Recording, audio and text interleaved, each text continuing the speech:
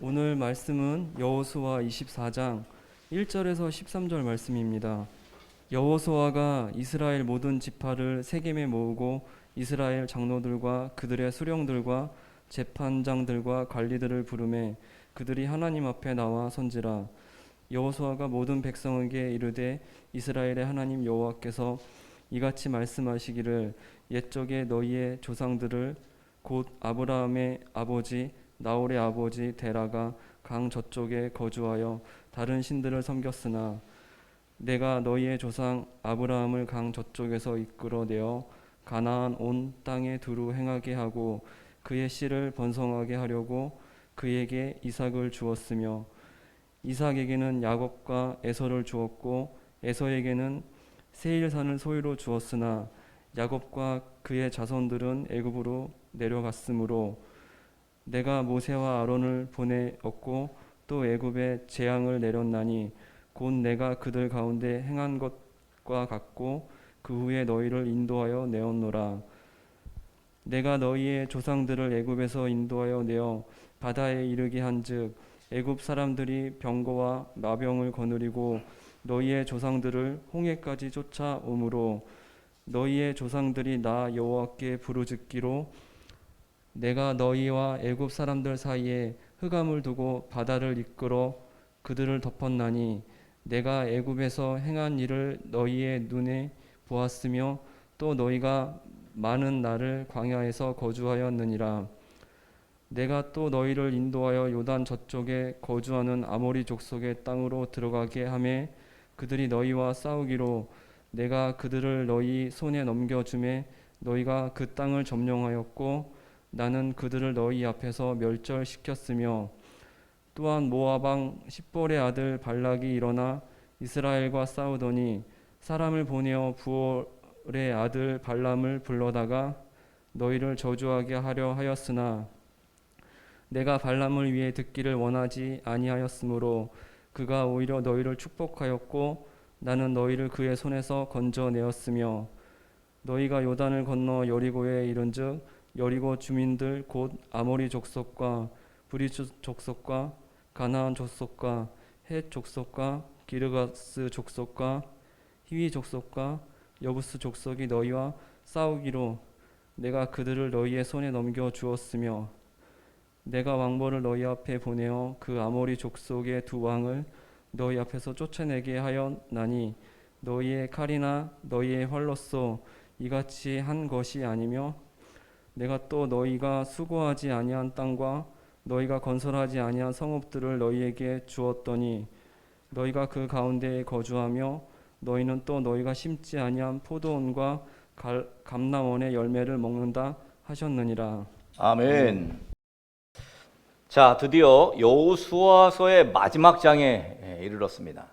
여러분 기억나시는지 모르겠습니다만 여호수아의 시작은 하나님의 종 모세가 죽은 후에 하나님께서 모세의 수종자였다고 하는 눈의 아들 여호수아를 부르셔서 여호수아에게 말씀하시고 내가 이제 요단강을 건너서 이스라엘 자손에게 주는 땅으로 가라 하시면서 모세와 함께 있었던 것 같이 너와도 함께 있겠다, 그렇게 약속을 하셨습니다.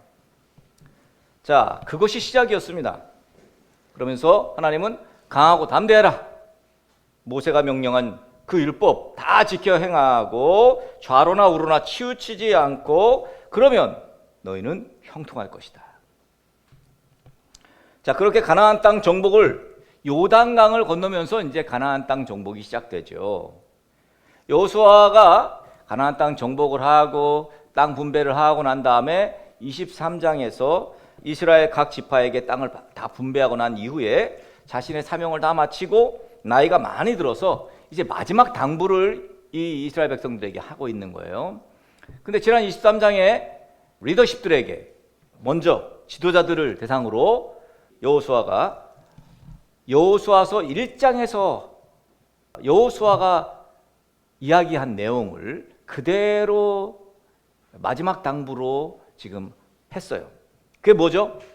모세의 율법, 그러니까 하나님의 말씀을 다 지켜 행해야 돼. 하나님의 말씀을 지켜 행하되 크게 힘쓰라는 거예요. 그러니까 여러분, 예수님 믿는다는 것은 예수님께서 하신 말씀대로 사는 거잖아요. 그런데 크게 힘써야 돼요. 말씀대로 살다가 대충 살다가가 아니라 말씀대로 살려고 크게 힘써야 돼요. 말씀이 이른 아침부터 요구하면 이른 아침부터, 말씀이 밤늦게까지를 요구하면 밤늦게까지, 말씀이 요구하는 대로 크게 힘쓰라는 거예요. 이 크게 힘쓴다는 게 굉장히 중요합니다. 예수 믿는다는 것은 크게 힘써야 돼요. 용서가 바로 그거 아닙니까? 절대 할 수 없는 거잖아요. 근데 크게 힘쓰는 거예요. 말씀이 그렇게 하라니까, 하나님께서 그렇게 하라니까, 하나님 제게 용서할 수 있도록 하나님 용기를 주십시오, 믿음을 주십시오. 사실 인간적으로는 할 수 없는 게 너무 많아요. 인간이라면 할 수 없는 거, 근데 예수님 믿기 때문에 할 수 있는 거, 이게 다른 점이에요. 이게 바로 구별이에요. 구별된 자예요, 이게. 그래서 여호수아는 지금 크게 힘쓰라는 거예요. 말씀대로 살기를 크게 힘써라. 하나님의 말씀을 다 지켜 행하되 크게 힘써야 돼요. 크게. 그러니까 노력하고 또 혹시라도 포기할 거 포기하고 그러지 않으면 안 되는 게 믿음 생활이에요. 그리고 하나님을 가까이 하라고 권면합니다. 자, 그 다음 우리 지난주에 쉐마르, 스스로 조심하여 점검하여 그랬어요. 점검해야 돼요. 스스로 점검해야 돼. 내가 지금 믿은 대로 살고 있는 거야? 이 방향이 맞아? 잠깐 스탑. 방향을 맞추는 거예요. 말씀으로. 아, 여기가 아니었네. 또 방향 수정하고. 섞이지 말라 그랬죠? 섞이면 안 돼요. 그 세상 문화 쫓아서 살면 안 된다고요. 세상 사람들이 가는 길로, 그 넓은 길로만 가지 말라는 거예요. 섞이지 말라는 겁니다. 우상 숭배하지 말라는 겁니다. 그리고 나서 오늘 본문 24장에 와서 여호수아는 이스라엘의 모든 지파를 세겜에 다 모아요. 세겜 땅에. 그리고 이스라엘 장로들과 수령들과 재판장들과 관리들까지 다 불러요. 그리고 그들이 여호수아 앞에 다 나오자 오늘 2절에 보니까 여호수아가 모든 백성들에게 말하는데, 여호수아가 모든 백성에게 이르되 이스라엘의 하나님 여호와께서 이같이 말씀하시기를, 옛적에 너희의 조상들 곧 아브라함의 아버지 나홀의 아버지 데라가 강 저쪽에 거주하여 다른 신들을 섬겼으나, 이렇게 시작합니다. 여기 보면 뭐라 그랬어요? 하나님께서 이렇게 말씀하시기를, 이렇게 말합니다. 여기 보세요. 하나님께서 이렇게 말씀하셨다고. God said to me. 제 어떤 목회, 제 목사 삶에, 또는 내가 말씀을 전하는데 가장 하나님께 구하고 이상적인 제 어떤 좌우명, 하나님께 기도하면서 늘 저는 그 뭐라고 말하냐면 God said to me 하게 하옵소서. Every day. 하나님께서 내게 이렇게 말씀하셨습니다. 하나님이 제게 이렇게 말씀하셨습니다. 여러분, 이거는 끝이에요. 끝. 이러면 뭐 끝난 거지. 여호수아가 그런 사람이에요. 하나님께서 내게 이렇게 말씀하셨습니다. 그러면서 아브라함의 아버지 데라부터 쭉 지금 이야기합니다. 하나님께서 여호수아에게 하신 말씀을 지금 선포하고 있는 거예요. 당부의 말이 여호수아의 말이 아니라 하나님께서 여호수아에게 하신 말씀이라고요. 우리는 늘 하나님의 말씀에 촉각을 곤두세워야 합니다. 하나님 내게 무슨 말씀을 하실까? 오늘은 어떤 말씀을 나에게 하실까? 그래서 아침에 여러분 딱 밴드에 제가 올려놓는 말씀 묵상을 보면 그런 게 안 떠오릅니까? 아, 하나님 내게 오늘 이런 말씀을 하시는구나. 촉각을 곤두세워야 돼요. 하나님은 매일 말씀하십니다. God said to me every day. 매일마다 말해요. 매일마다 우리에게 말씀하세요. 그렇다면 하나님 말씀을 못 들으면 그만큼 손해지 뭐. 손해예요. 하나님이 계속 말씀하시는데 못 들으면 그건 손해지. 아침마다 말씀 묵상 안 하시면 손해인 거예요, 결국은. 늘 말씀드리잖아요. 뭐 숙지하듯이 하시라고, 숙지하듯이. 뭐가 없어도 돼요. 무슨 인사이트가 안 와도 돼. 그냥 3번 읽고 느낀 바를 가지면 되는 거죠, 뭐. 대단한 거 무슨 뭐 인류평화 뭐 이런 게 아니잖아요. 그만큼 손해예요. 하나님의 말씀을 들어야 어디로 갈지를, 어떻게 할지를 알 수 있기 때문입니다. 말씀을 들어야, 그 말씀이 내게 말씀하셔야 어디로 갈지가 분명해지고 무엇을 할지가 확실해집니다. 결정이 가능해져요. 이 결정장애 있는 분들 계시죠? 추천드립니다. 말씀을 추천드립니다. 오늘도 이렇게 하나님께서 말씀하십니다만 내일도 말씀하십니다. 그래서 매일마다 말씀 묵상은 우리 인생에서 매우 중요한 시간이에요. 길을 찾는 시간이고 방법을 찾는 시간이에요. 근데 오늘 본문 여호수아가 본문에서 마지막 당부를 하고 있는데 그 장소가 어디라고요? 세겜이에요. 세겜. 자, 우리가 뭐 성경을 잘 아시는 분들은 세겜이 어떤 땅인지 잘 아실 것입니다. 세겜은 그 유명한 야곱이 딸을 하나 낳았죠. 딸의 이름이 뭐죠? 디나예요. 디나. 그 딸 디나가 하몰의 아들 세겜에 강간을 당한 곳이 바로 이 세겜입니다. 세겜. 그래서 어떻게 했어요? 디나의 오빠들 쫓아가가지고 그냥 전부 다 그냥 할례를 받게 만들어가지고 그 다음에 어기적 대면서 다 죽여버리잖아요. 바로 거기가 세겜입니다. 조금 의외죠. 마지막 당부하는 곳이 세겜인 것이. 그러나 이 세겜을 선택한 것은 여호수아의 나름대로의 의미가 있다는 거예요. 이제 우리가 다음에 보겠습니다만 여호수아 24장 32절 33절 넘어가면요, 이 세겜에 대해서 나와요. 자, 한번 읽어볼게요. 또 이스라엘 자손이 애굽에서 가져온 요셉의 뼈를, 애굽에 있었잖아요. 애굽에 요셉이, 그 요셉의 뼈를 세겜에 장사하였으니 이곳은 야곱이 베크시타를 주고 세겜의 아버지 하몰의 자손들에게서 산 밭이라 그것이 요셉 자손의 기업이 되었더라. 이스라엘 자손이 애굽에서 가져온 요셉의 뼈를요 세겜에 장사했어요. 이 땅은 야곱이 세겜의 아버지 하몰의 자손들에게서 베크시타를 주고 구입한 밭이었습니다. 결국 요셉 자손의 기업이 되었어요. 그리고 이 세겜은요, 이스라엘이 요단강을 건넌 후에 처음으로 하나님의 말씀을 선포했던 곳이 바로 이 세겜이에요. 이곳에서 여호수아는 특별히 하나님의 언약이 역사적으로 어떻게 시작되었고 어떻게 이루어져 왔는가를 강조했어요. 유일하신 참 하나님을 믿고 섬겨야 된다. 그리고 그것을 다짐하게 되는 곳이 바로 세겜이었어요. 그러니까 세겜 땅은 참 뭐 디나가 강간 당하기도 하고 막 이렇게 막 다 죽여버리기도 하고 이런 아주 비참한 땅이기도 합니다만 결국 그 땅이 결국은 하나님을 섬기게 되는, 하나님의 말씀이 선포되는 그런 놀라운 땅이 된 거죠. 그러니까 여호수아는 이스라엘이 요단강을 건넌 후에 처음으로 하나님의 말씀을 선포했던 세겜에서 하나님께서 이스라엘에게 행하셨던 구속사의 위대한 역사를, 아브라함의 아버지 데라부터 시작해가지고 그 역사를 지금 다 읊고 있잖아요. 자, 그 내용을 한번 보겠습니다. 2절 3절을 보면 하나님께서는 아브라함의 앞서 데라, 아브라함의 아버지도 데라를 이야기합니다. 여러분, 데라에게 아들이 셋이 있었잖아요. 오늘 나오는데 둘만 나오죠. 오늘은 아브라함과 그 다음에 나홀이 나오죠. 그리고 하나는 하란인데 하란은 일찍 죽어요. 자, 오늘 본문 2절에 보니까 아브라함의 아버지 데라가 강 저쪽에서 하나님이 아닌 다른 신을 섬겼다 그랬어요. 자, 굳이 뭐 이야기를 왜 해? 아브라함을 하나님이 믿음의 조상으로 부르셨어요. 근데 아브라함은 우상을 섬기는 사람의 아들이에요. 아브라함이 믿음의 조상 되기에는 가문이 조금 부족한 것 같지 않아요? 하나님이 아브라함을 굳이 우상을 섬기는 아버지를 둔 아브라함을 믿음의 조상으로, 조금 하나님의 의도가 우리에는 좀 용납되지 않는 것 같지 않습니까? 다른 신을 섬기는데 하나님 제일 싫어하는. 여러분, 구원을 믿음으로 얻는데 가장 중요한 모델이 되는 사람이 바로 아브라함이에요. 구원을 믿음으로 얻는 거예요. 선물로. 이것의 가장 큰 모델이 되는 사람이 바로 믿음의 조상 아브라함이라고요. 아버지가 우상을 섬기는 사람이었던 걸 보니까 아브라함은 태어날 때부터 믿음이 남달랐던 사람은 아니에요.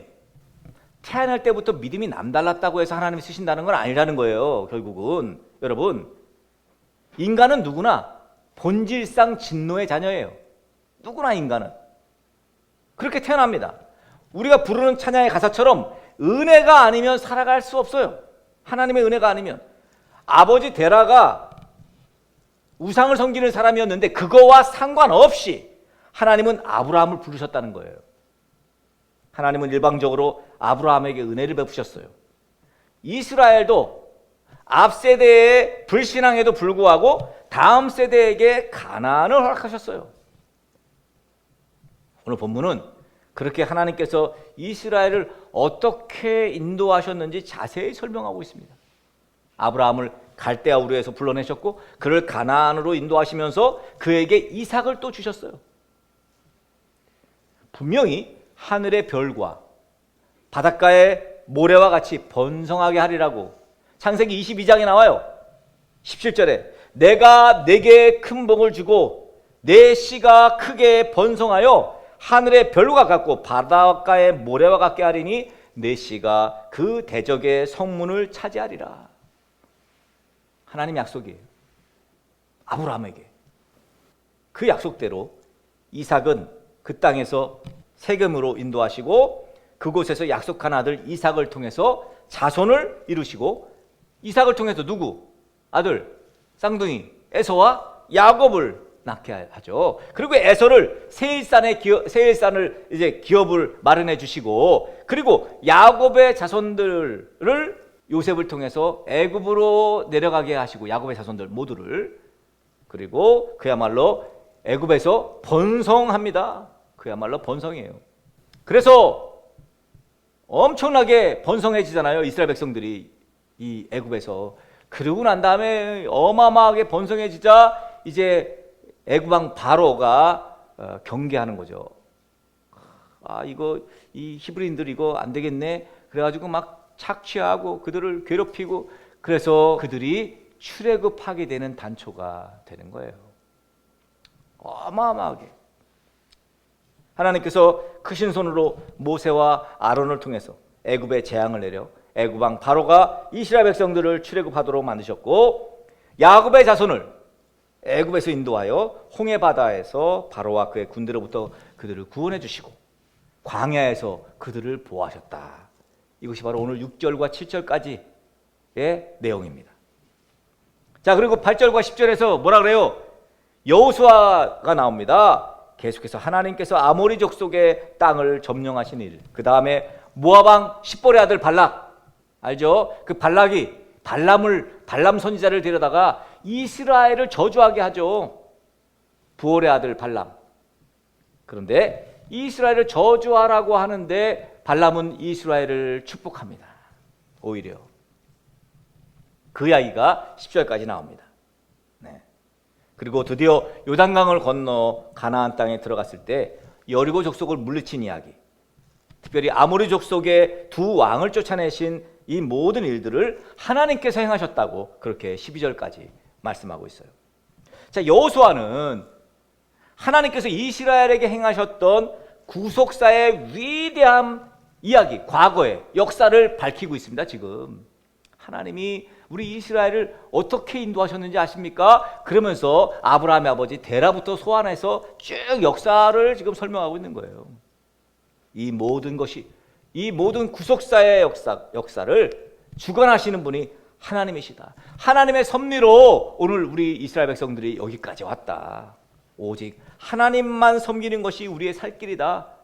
지금 여호수아는 마지막 당부를 지금 이 말을 하고 있는 거예요. 이스라엘 백성들에게 하나님의 구원 역사를 되새기게 하고 하나님 앞에 믿음으로 그들을 다시 세우기를 원하는 이 여호수아의 리더십을 오늘 보고 있습니다. 그러면서 마지막으로 계속해서 여호수아가 강조하는 건 뭐예요? 하나님만 섬겨라. 하나님만 섬겨라. 이 말이 의미하는 게 뭐예요? 다른 건 섬기지 말라는 거예요. 하나님만 섬겨라. 그러므로 우리는 이스라엘의 구원 역사를 통해서 하나님의 무조건적인 은혜를 봤어요. 무조건적인 사랑을 봤다고요. 무한한 그 사랑을 우리는 봤어요. 현재 우리는 수고도 하지 아니한 땅과 성읍을 거저주시는 복으로 살고 있다. 그래서 하나님만 섬겨야 된다는 거예요. 일관되게, 참 일관되게. 그 여호수아가 그랬잖아요. 나와 내 집은 오직 여호와를 섬기겠다고. 우리도 지난 과거를 돌아봐야 합니다. 여러분도 모든 것이 하나님의 은혜였습니다. 우리가 오늘 찬양한 그 찬양의 가사처럼 그 고백을 들으실 수 있겠습니까? 일단 저는 안산에 24년 전에 먼저 개척을 하고 그리고 결혼을 했어요. 그야말로 지난 24년은 제게는 광야였습니다. 광야. 정상적으로 믿음으로 살려고 했는데 편법을 쓰거나 불법을 쓰거나 무슨 뭐 이러려고 안 하고 그냥 어떻게든지, 아니 그렇잖아요. 그 누군 저한테 어떻게 사람을 믿냐고. 아니 그럼 믿지. 그러면 뭐 저 사람이 나에게 사기칠 거야. 글쎄 뭐 그렇게 의심을 하며 살아야 되는 건가요? 뭐 하여튼 다 돌이켜 보니까, 제가 오늘 말씀을 준비하면서 제 삶을 다 이렇게 돌이켜 보니 그저 제 인생길이 광야길이었습니다. 그런데 결론적으로 너무 감사해요. 뭐 오늘이 중요하지 뭐. 감사해요. 하나님께서는 좋은 사람들과 좋은 교회를 세워주셨습니다. 목사님들끼리 모이면 무슨 말을 할 것 같아요, 여러분? 무슨 이야기 할 것 같습니까? 목사님들끼리 저 많이 모이잖아요. 엊그제도 목사님들이 뭐 한 300여 분 모여서 이제 우리 패드 코리아라고 목사님들이 모인 이제 그 모임을 했는데 무슨 얘기예요? 뭐 힘든 얘기하죠. 장로님 때문에 힘들다 그러고, 뭐 때문에 힘들다라고, 뭐 누구 때문에 힘들다라고. 저는 뭔 얘기할까요? 그럼 뭐 제가 힘들어야 하나도 안 힘들거든요. 불편함은 있습니다. 어떤 게 불편해요? 좀 더 좋은 환경에서 여러분들에게 하나님을 예배할 수 있는 말이죠. 제가 또 찬양의 은혜가 있으니까, 찬양의 은혜를 아니까 찬양팀을 잘 꾸려가지고 여러분들에게 풍성한 은혜를 주고 싶고, 또 뭐 다양한 또 여러분들의 경험도 하고 싶은데 그런 환경은 못 되니까 좀 불편해요. 그거는. 하지만 건강한 교회를 세우는 데는 그게 뭐 필요 충분 조건은 아니었다는 거죠. 근데 저렇게 병든 그런 모습들, 그런 이야기들, 최소한 제게는 그런 이야기가 안 나오니까 감사하죠. 좋은 사람들과 좋은 교회를 세워주신 것에 너무 감사해요. 제 성격상 그런지 모르지만 제가 또 많은 것들을 했더라고요. 저는 또 워낙 그렇게 루즈하게 제 삶을 허비할 수 없는 사람입니다. 너무 잠자는 것도 아깝고요. 책 한 권 읽는 그 성취감이라는 거에 굉장히 뿌듯해하는 사람이거든요, 제가. 그게 굉장히 도전적이잖아요. 그 남이 뭐, 나 오늘, 나 이번 달에 한 3권 읽었다라면 나는 4권 읽어야 되는, 하여튼 왜 그런 경쟁력이 생기는지 모르겠습니다만 괜히 그런 게 있는 사람이거든요. 그러다 보니까 참 많은 것들을 했습니다. 만약 이기적으로 나만을 위해서 무슨 이기적인 목적으로 목회를 했다면 아마 많이 후회스러웠을 것입니다. 그런데 그저 감사하기만 합니다. 하나님의 의도였다고 생각하니까 감사해요. 왜 아쉬움이 없겠습니까마는, 그렇지만 저 나름대로 감사하고 참 귀한 시간을 보냈다고 생각합니다. 제 역사는. 물론 여러분들 편에서는 아쉬움이 있겠죠. 우리 목사님이 키도 좀 크고 조금 잘생겼다라면 좋았을 걸, 뭐 그러면서 아쉬움을 표출하는 분도 혹시 있을 수 있겠습니다만, 우리네 인생을 가만히 돌아보면 여호수아처럼 광야의 삶도, 또 요단강을 건너는 기적적인 삶도, 우리 인생에 그런 삶이 있잖아요. 광야의 삶이 있었잖아요. 또 여러분, 요단강을 건너는 것 같은 기적적인 삶도 있었어요. 그것도 있었습니다. 저도 있었어요. 기적적인 삶이 얼마나 많았는지 모릅니다. 사실 그게 없으면 사실 조금 버티기 힘들었을 것 같아요. 하나님은 그런데 요단강을 마른 땅으로 건너는 놀라운 기적적인 삶을 또 보여주기도 했습니다. 전쟁을 치러야 하는 고단한 삶도 있었어요. 그거 우리 다 겪었습니다. 그런데 여호수아는 광야의 삶에서도, 또 요단강을 건너는 기적의 삶에서도, 그리고 전쟁 중에도 하나님은 늘 우리와 함께 계셨다고 그렇게 고백합니다. 우리의 고백도 그거 아닙니까? 늘 하나님이 함께 계셨습니다. 그래서 지금 우리가 여기에 있는 것입니다. 세상의 논리와 돈의 논리가 통하지 않는 곳이 있어요. 유일하게 바로 그것이 교회입니다. 세상의 논리는 뭡니까? 세상은 많이 가진 사람들, 큰 기업, 돈 많이 가진 사람들, 뒷배경이 있는 사람들, 그런 사람들이 주도하는 곳이 바로 세상이잖아요. 그런데 하나님의 교회는 그렇지 않습니다. 그저 믿음 있는 사람들이 주도하는 곳이에요. 하나님의 영으로 충만한 사람들이 주도하는 곳입니다. 돈 많은 사람들이 주도하는 곳이 아니에요. 그러니까 돈 많은 사람들이 주도하는 곳이 그런 교회면 거긴 건강하지 않은 거지. 그게 반증이죠. 능력 있고 재능 있고 뭐 이런 사람들이 주도하는 곳이 그런 교회라면 여러분 그런 교회는 가시면 안 돼요. 비정상적인 교회거든요. 장로님을 세우는 조건이 얼마를 가졌느냐 이런 걸로 판단하는 교회는 건강하지 않은 거예요. 그렇잖아요. 지금 근데 보세요. 대부분의 교회들이 그렇게 합니다. 하나님의 교회를 떠나지 않고 믿음을 지키는 사람들, 그런 사람들이 정말 믿음으로 사는 사람들이 주도하는 곳이 바로 교회예요. 여호수아는 생을 마감하는 시점에서 지나온 삶을 돌아보니까 그저 감사밖에 없다고 고백합니다. 이런 고백은 믿음으로 산 사람들만 할 수 있는 고백이에요. 믿음으로 산 사람들의 고백. 나와 내 집은 오직 여호와만 섬기겠다고 고백하면서 진짜 그렇게 믿음으로 살았던 사람만 고백하는 고백. 모든 것이 하나님의 은혜입니다. 다 하나님의 은혜입니다.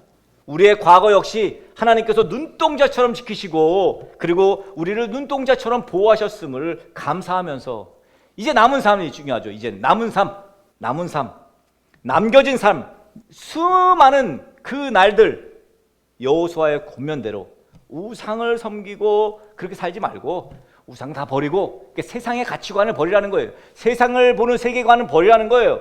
오직 하나님만 섬기며 살아가는 저와 여러분들 되시기를 예수 그리스도의 이름으로 간절히 축복합니다.